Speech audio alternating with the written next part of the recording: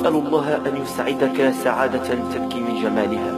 قال النبي صلى الله عليه وسلم: دعوة المرء لأخيه المسلم بظهر الغيب مستجابة.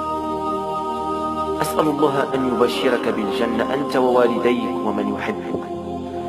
أسأل الله لك مفاجأة جميلة لا يسع قلبك تصديقها وتدمع عينيك عند سماعها.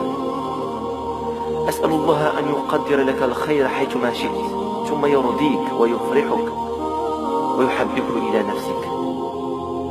أسأل الله أن يجعل حياتك القادمة أسعد وأهنأ وأجمل من كل توقعاتك.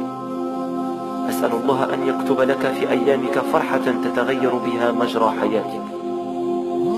أسأل الله أن يسعدك ثم يسعدك ثم يسعدك سعادة حتى تبلغ منتهاها. أسأل الله أن يرزقك فهم النبيين وحفظ المرسلين. أسأل الله أن يرزقك النجاح في الحياة والعمل والدراسة. أسألك اللهم بقدرتك التي حفظت بها يونس في بطن الحوت، ورحمتك التي شافيت بها أيوب بعد الابتلاء، يا رب العالمين، ألا تبقي لنا هما ولا ضيقا ولا حزنا ولا دينا إلا فرجته. وقل أيضا: اللهم إنك لا تحمل نفسا فوق طاقتها، فلا تحملني من كرب الدنيا ما لا طاقتي به، وباعد بيني وبين مصائب الدنيا.